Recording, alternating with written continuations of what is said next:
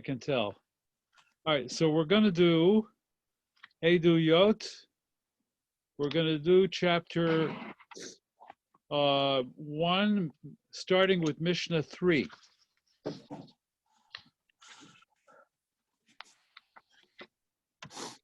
Okay?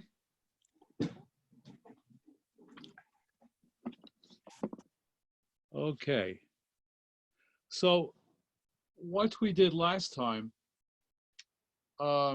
was to explain that there was this extraordinary meeting in the new yeshiva in Keren B'Yavne, where Rabbi Eliezer ben Azariah was sitting there as the new Rosh Yeshiva, and that somehow the agenda became for that first sitting of the yeshiva, I don't know if it was the first, but major sitting of the yeshiva, to establish firmly all of the things, the halachas that did not have an authoritative ruling, and they resolved that they would not leave the room until those authoritative rulings would be established.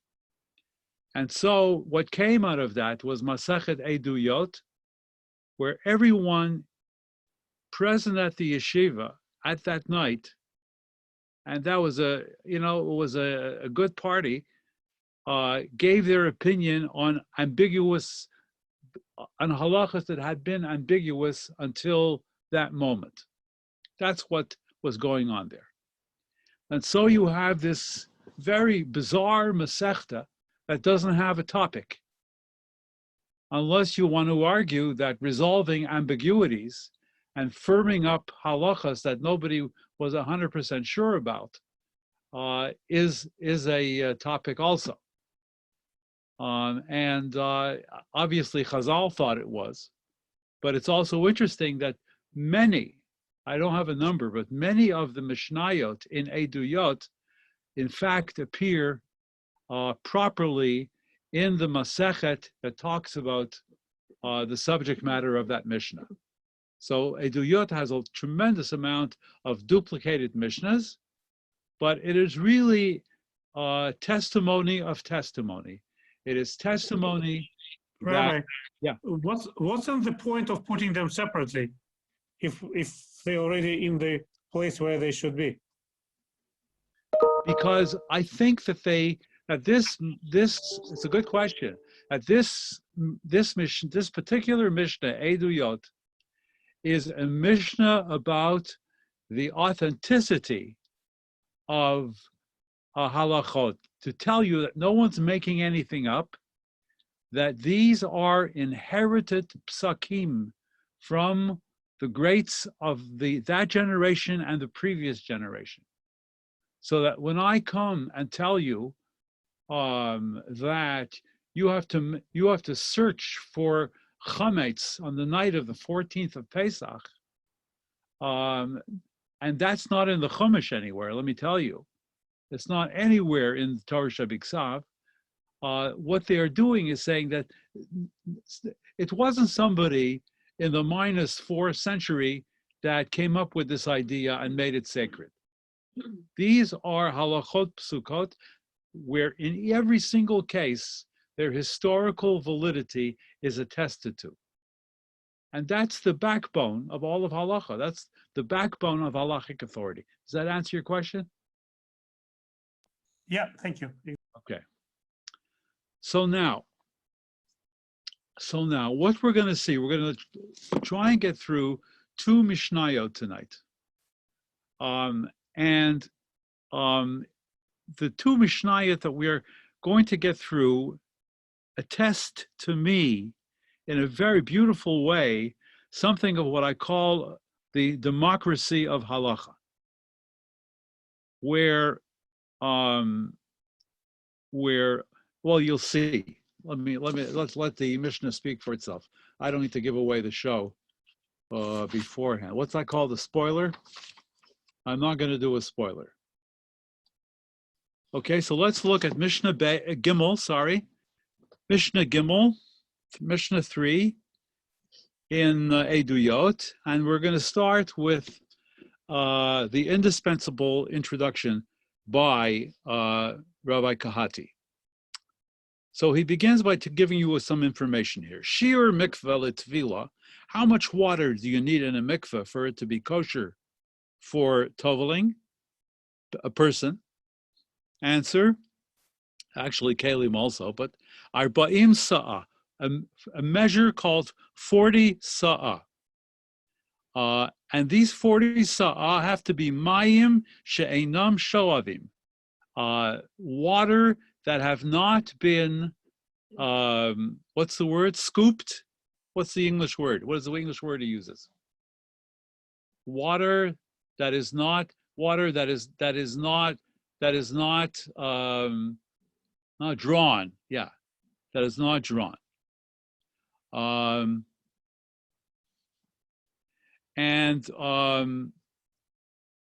He says, he gives you a measure here, that a sa is, you have to know, remember this, a sa is the equivalent of 6 kavs of water.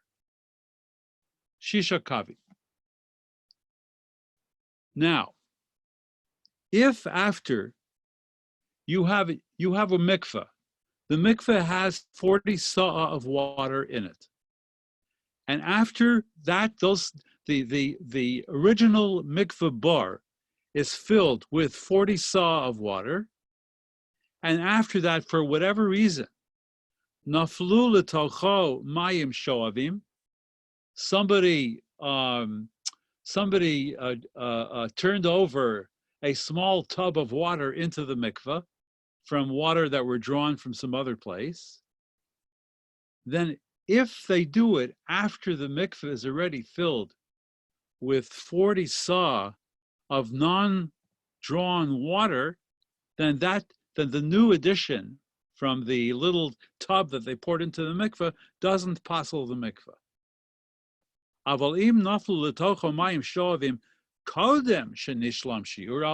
But if the poured water from a faucet, let's say, you go into the bathroom in the mikveh where you're talking about, and you take a bucket and you fill it up with water from the shower, let's say, and you put it in the mikveh first, and after that you fill the mikveh with 40 sa of water that are good water, that are not drawn water like from a shower. Then the mikveh is puzzle. And so now our Mishnah rules on the matter, on the shear of the water that is drawn. How much water, drawn water, that you pour into an already established mikveh, how much water puzzles that mikveh? Do you get to a point where that mikveh is puzzled? Okay, am I clear? I need a nod or something. Yep. It's clear what I'm saying? Okay. Okay. He says, Hillel Omer. So here's the Mishnah. So we get it in the Mishnah, a machloket with Hillel and Shammai. And we I'm telling you in advance, spoiler, that we paskin like neither. And that's the interesting part, that we paskin like neither of Hillel nor Shammai. And who do we paskin like? And who says that this is the correct ruling? So question one is, why don't we paskin like Hillel and Shammai? Number two is, who says that the third view is the correct ruling? And number four, whoever it was who said that the third ruling is the correct ruling, what's his authority for saying that? And when we get to that point, you'll understand what I mean by the democracy of halacha. It's a very beautiful development. Okay.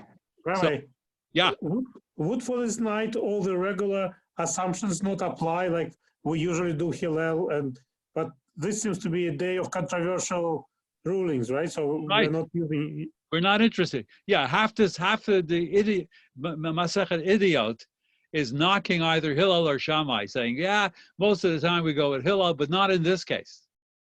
And basically, Hillel wasn't there, of course, but Hillel has to remain silent and accept the ruling that's taking place in the Beis Medrash, not because it's taking place in the Beis Medrash. Much more interesting,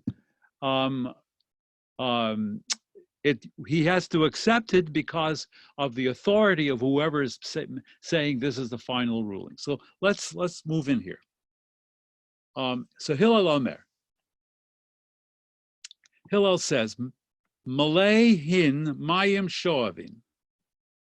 A hin is a measure, and it's a measure that could, like any liquid measure, it's made up of a sum total of smaller measures, and the smaller measure is the lug, and the lug is 12 lugs make a hin.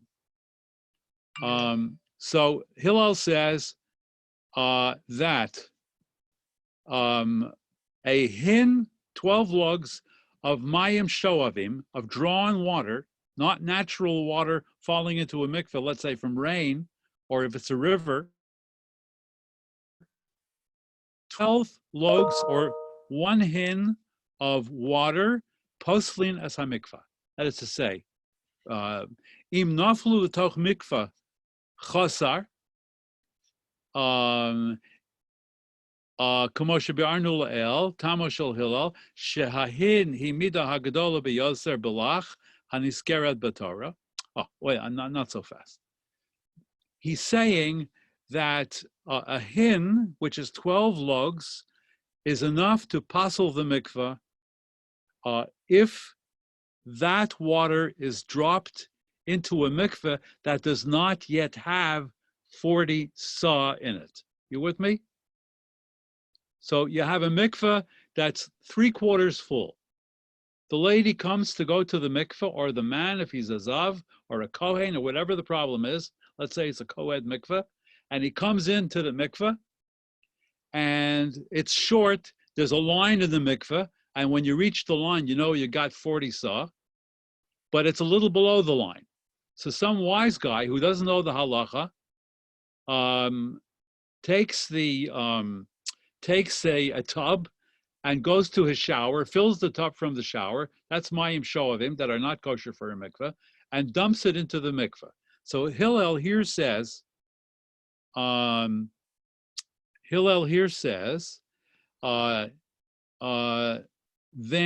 that mikveh is puzzle. The reason that Hillel says so, says Rav Kahati, shehahin hi hamida hagdola biyoser belach haniskeret batorah. He gets to that understanding that the hin is the largest liquid measure that actually appears in our written Torah. As it says, shemen zayit hin. What kind of oil was for this measure? A hin of olive oil. And so this is the largest liquid measure in the Torah. And that's how Hillel saying that's a measure that we have. It's a large measure.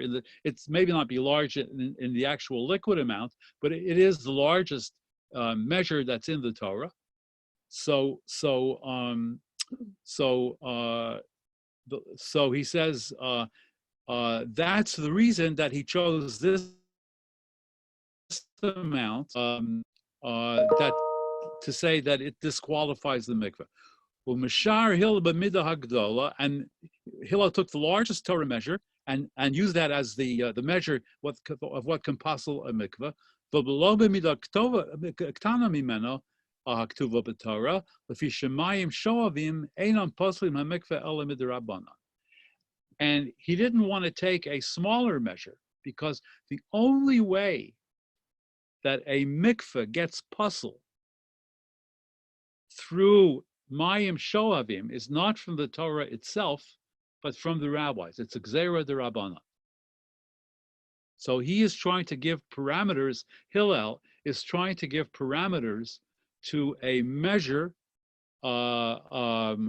based on the Chumash, but it's not going to be, in other words, why would Hillel not be right in this conjecture of his? The answer is because he's using a d'oraisa measure for a halacha that doesn't exist in the Torah itself. It's strictly d'Rabbanan, and that's the view of the Ravid. And then Kahati, who loves Hebrew and is interested in words, says V'lama nakat b'lashon hin. And why does he? So if it's only a d'Rabbanan, wise guy Hillel, what are you going to the Chumash to get measures for? You know, get some kind of a Babylonian measure. And why doesn't he say 3 kavim or 12 lug, like the Mishna says? So very interestingly, now watch what happens here in the Mishnah. Now it gets historically interesting. Elisha Adam chayav lomar b'lashon rabo. You have to say the halacha in the language in which you heard it from your Rebbe. Understand? And his Rebbe obviously used this language. And here's what Kahati says: "U'v'lashon zeh shama Hillel es halacha me'rabosav." And this is the language used by the teachers of Hillel. That's the language. In other words, the language of Hin, Hey Yud Nun. That's the measure, the largest measure in the Chumash, and that's the language that Hillel heard it from for his teachers, and that's why he's using this peculiar language, not because it's in the Chumash. You hear me? Not because it's in the Chumash, but because that's how he heard it in school from his teachers. Now, what's fascinating here is who were his teachers? His teachers were Shemaiah and Avtalion. Who were Shemaiah and Avtalion?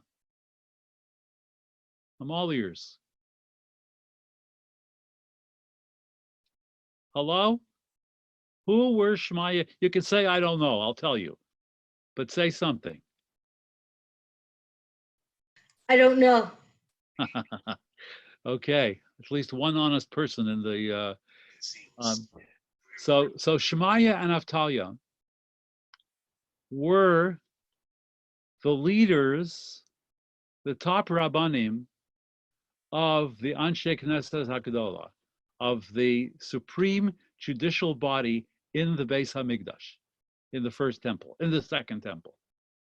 Okay, in the second temple, there was a massive courtroom in which 72 people sat and established what the halachas were for all of Jewry. And they had top teachers that were the heads. And very often 2 people were the heads, and Hillel sat in that court and listened to the teachers. And the teachers were Shemaiah and Avtalion. That's all very sweet until you understand that Shemaiah and Avtalion were Gerim. They were converts to Judaism. And that's when I'm starting to understand when I talk about the democratization of halacha. Halacha doesn't care about the origins and the backgrounds and the homes that its greatest teachers came from. It cares about how careful the teachers are, how analytic they are, and how good their psak is, but mostly how faithful they are to what they learned. Okay, so that's really a critical point to understand. So here you have Shemaiah and Avtalion, and that's why Hillel uses the word hin, because when they had a session on this in the Anshe Knesset Hagdolah, or I don't want to make things up. In the yeshiva of Shmaya and Avtalion, the language they used was the hin. And that's the measure that can passel a mikveh if it isn't full yet. Shammai Omer, Shammai has a different measure. Tisha kabin, 9 calves of drawn water can passel the mikveh. That is not completely full. And 9 calves are 36 lug, because 36 lug are sufficient for a balkari to be tovel in. We have such a measure. In other words, the measure for a balkari is different, according to Shammai, than, let's say, a woman needing to go to a mikveh, or somebody who is a mitzorah to go to the mikveh. A lot of reasons to go to the mikveh. Kohen gets tameh, has to go to the mikveh. So the smallest amount that we have around is that of a balkari. A balkari is a person who had some kind of gonorrhea.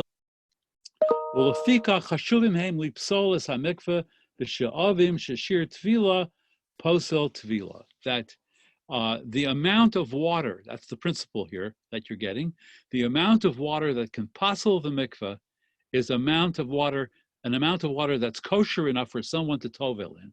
What's the smallest amount of water that someone can tovel in? The amount of water that a balkari can tovel in. What's the smallest amount that a balkari can tovel in? Answer, whatever it is here, answer, Tisha Kabin, 36 lugs, okay? What's a ball carry? A man who has had a gonorrheal discharge. Okay. Yeah, good. The Chachamim Omrim, and now you get the Chachamim. They say, hey, Hillel, hey, Shammai, nice try. We have a different opinion. Lo kedivrei zeh, velo kedivrei zeh. We're going to listen to neither Hillel nor to Shammai. And they say 3 lugs of water are sufficient. That's not a lot. Of drawn water are enough to passel the mikveh. And Shammai and Hillel don't agree with them until, listen to this, Ad sheba'u shnei gardiyim, until, listen to this, until 2 weavers came from the dung gate in Jerusalem. And they said, sorry, we heard from Shmaya and Avtalion that Shloshet Lugin Mayim Shoavim Poslin at HaMikvah. We heard it directly from Shmaya and Avtalion that 3 lugs of water are sufficient to passel a mikvah. 3 lugs of drawn water in an insufficiently filled mikvah. If you add the 3 lugs, and that makes up what's needed to fill the mikveh, that mikveh is passel. And brothers and sisters, we heard this personally from Shmaya and Avtalion. There's a lot of stuff going on here. Number 1, it turns out Hillel and Shammai didn't hear correctly from Shmaya and Avtalion. 1, if they heard it at all. 2, who came and told this story that they heard it from Shmaya and Avtalion? Guess who? A weaver. A weaver is the lowliest occupation in Jewish society. I don't know. It's like saying a street cleaner today. That the street cleaner came, although you call them sanitary engineers now, but the street cleaner, it was the lowliest occupation there. Notice that the weavers that we're talking about is are what? Anonymous. And then there's one other thing thrown in here. What's the other thing that's thrown in? Tell me. Look at your text. Where were they? Where were they? No? Where were they? Two weavers came from where? Shar ha'ashpa miYerushalayim. What does Shar ha'ashpa mean? The dung gate. What was in the dung? Pardon me? What was in the dung gate? Dung. So these two stinking guys came in and said that we heard from Shemaiah and Avtalia, that it's 3 lugs and not more. And guess what? Guess what?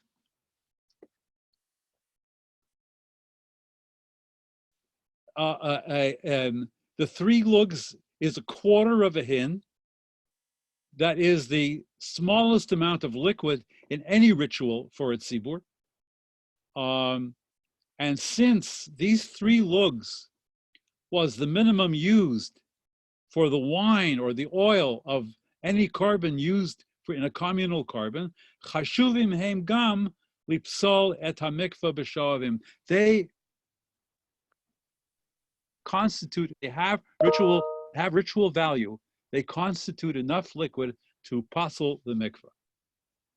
And now your punchline: v'kayamu chachamim es difreihem. So that, and brothers and sisters, the Mishnah is saying to you, that is to say that all of the sages of Israel, including Hillel and Shablach, accepted the testimony of these weavers from the dung gate who stank. So now that explains why we're including the Mishnah here. Right? So this is because of that day they were able to come. Correct. So because when that Mishnah is, I saw it in its context, I forgot where it is, but there you learn the lesson about the weavers, but you don't learn the lesson that, oh, they were able to come on that day. Good. Otherwise, you know, if their inside is the same as outside, they would be pretty stinky inside. That's right. What would be let in? Now, good. Yeah, I didn't think of that. Good. And I told you last time that there is a body of literature, if you like, a book, that has a lot of stuff that didn't make it into the Mishnah, and that is called the Tosefta. And it's a very good idea when you're learning mishnayos to look, after you're done looking at a chapter of the Mishnah, to look at the Tosefta to see what didn't make it in. And anybody who writes about a Mishnah does that as a matter of form, and certainly Rabbi Kahati did. And here's what he found in the Tosefta, and he tells you. And the Tosefta, he fills in some of the social gaps that were missing in the Mishnah. The lama huskaru shem makomam b'shem umanusam. And why does our Mishnah, asks the Tosefta, include both their professions and their place? V'halo ein lecha amunas yerdua ela garde. There is no more lowly profession than weavers. And ein lecha makam yarud mishar ashpa. And there is certainly no place less dignified than the dung gate. And then the answer is in the Tosefta, Elama avos ha'olam, namely Hillel and Shammai, the fathers of the world. The Tosefta calls them. Lo amdu al difreihem b'makom shmua. They had their theories about how much water passels a mikveh, and each theory had integrity. But once somebody comes along and says integrity, integrity, you have good ideas, but that's not what we heard from Hillel and Shammai. And these two weavers had integrity. Elama avos ha'olam Hillel, well, divrei become Shmuel, alachas kama v'chama, shlo yehi adam omed al devarav b'makom Shmuel. And what's really, wait. What's really important, of course, is that Hillel and Shammai and the Chachamim dropped their views. They withdrew their positions on that. As brilliant as they were, as well thought out, as creative as they were, when they heard these two stinking guys come and say, listen, this is what we heard from Shmaya and Avtalyon, oh, not only did they immediately agree with him, they also what can I say, canceled their own theories. Yes? Why would they trust them? What made them trust the weavers? I don't know. A Yid comes who is a Shomer Mitzvahs, and he is legitimate to give Edus, and he comes and he says, this is what he heard Shmaya and Avtalyon. You got to listen to him and you got to drop it. We're going to talk a little bit more about it. We're not quite. You're saying it's formal Edus, that's why it's two? Oh, yeah. Oh, yeah. So this is not a rumor. Okay. Correct. And Rashi on Shabbos says, and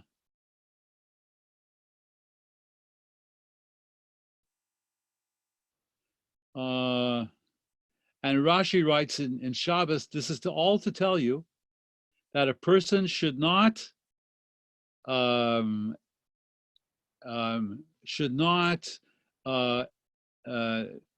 not go to a beis medrash, should not exempt himself. What's the word I'm looking for? Should not absent himself from the beis medrash. And why? Because of these two guys. She'ein lecha umanut pchuta me gardi. There is no profession that is more lowly than a weaver. And there's a halacha about a weaver, that if a guy's a weaver, he cannot become a Kohen Gadol, and he cannot become the king of Israel. Why? Because these are liturgical positions. They're liturgical positions. They are not what? Legal positions. The Ein Shar B'Yerushalayim Pachos B'Shara Ashpa, Rashi writes, and there is no what? There is no place more lowly than the dung gate. V'Ichriu B'Odusan Kol Chachmei Yisrael, and all of the scholars of Israel accepted their position and their ruling. So now the next Mishnah, and we'll finish with that. It's a very short Mishnah. And I don't even know why it's a separate Mishnah, because it's on the same topic, raises another question. And let's look at Kahati's introduction to Mishnah Dalet. He says, La'achar shelomadnu b'Mishnah hakodemet, since we learned in the previous Mishnah, Sha'af Shammai v'Hillel kiblu es edusam shel hagardiyim v'chazru b'hem. Insofar as we saw in the last Mishnah that Hillel and Shammai accepted the testimony of the two lowly weavers and reversed their own position on the basis of the testimony of the weavers, then we have to learn from this, Shegam b'shtei ha'halachos shemishnayos aleph ubeis bitlu datam. In the first Mishnah, which you and I did not really learn, you have the same phenomenon that Hillel and Shammai also canceled their own opinions, reversed their opinions. And our Mishnah comes to teach us, so it's very nice that they changed their opinion. So the question is, why are you, the author of the Mishnah, bothering me with opinions that we don't accept? What is the purpose of recording opinions that we don't accept? Voloma, so the Mishnah says, Voloma maskirin is divrei Shammai. Why are you wasting my time? Why are you recording the opinions of Hillel and Shammai for no reason? Since the Chachamim rejected them, and they themselves reversed their opinions. Answer: L'lamed l'dorot habaim, to teach subsequent generation. Shelo yehi adam omed al dvarav. Don't be, what's the word? Don't be stubborn. Don't be stubborn and hold on to your opinion because it's your opinion. Or don't hold on to your opinion because you have a need to be right. That's one of the greatest teachings that you have in this entire tractate. One of the greatest teachings. To be able to undo an opinion when somebody greater than you or more reliable than you says this is what it is. And then you have to be prepared. What's the magic phrase? To let go. Just let go. Okay, and that's Shelo yehi adam omed al dvarav, that a person shall not maintain his position mitoch akshanos unitzachonos sheyato, out of stubbornness or out of a need for his opinion to be accepted. The Tiferes Yisrael, writing in the 18th century, says this is one of the greatest shortcomings in a human being, and one of the greatest barriers, says the Tiferes Yisrael, to the truth. You want to be able to get to the truth. You cannot be stubborn in your opinion. You have to listen to reason, and you have to listen to the messenger. And how do we know this? Mishna says, Shaharei Avos Ha'olam, Hillel and Shammai, call them the fathers of the world, Lo Amdu Al Divreihem, did not stick to their guns, Bitlu Datam, the Eidos Hagardiim, and they reversed their position based on the testimony of the weavers.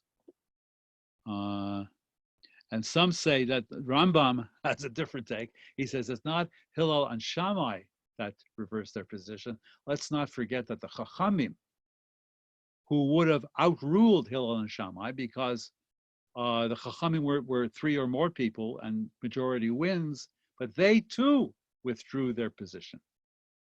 So the message is, you have to go with where the truth comes, and that involves letting go of other people's opinions, and that involves, most importantly, letting go of your opinions, even though you had that opinion for 20 years.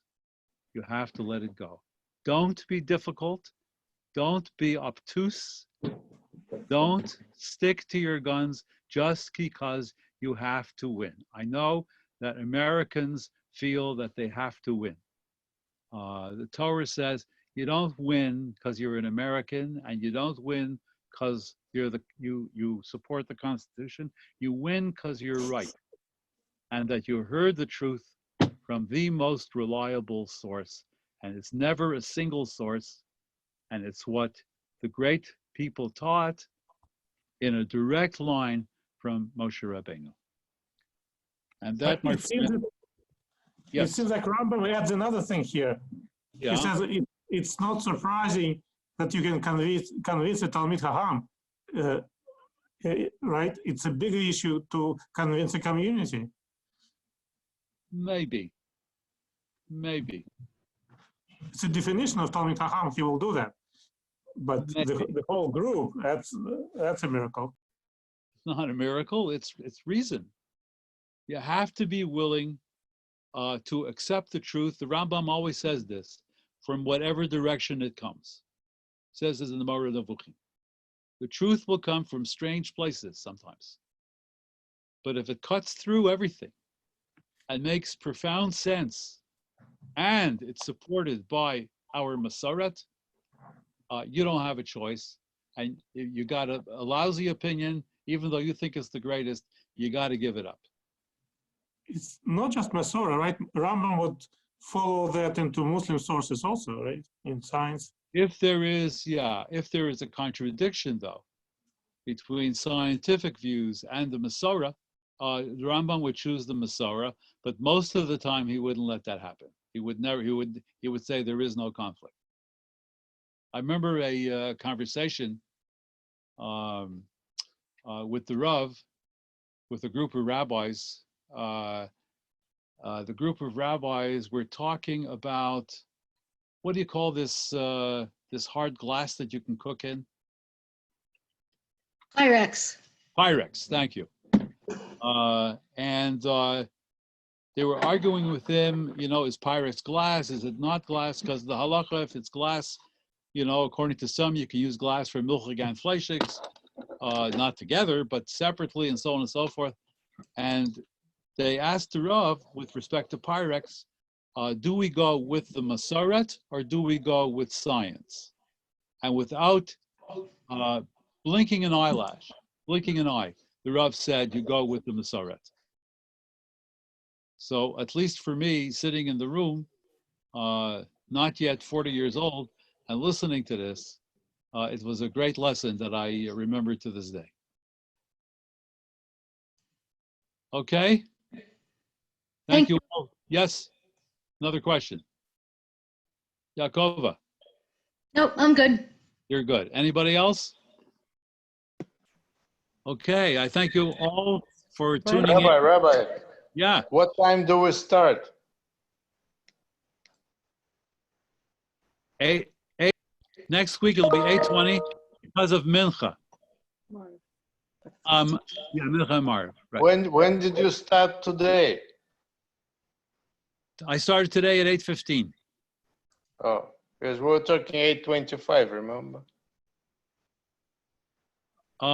Rabbi Hellman told me next week 8:20. I'm happy with that. Okay. Okay. All right. Regards, everybody.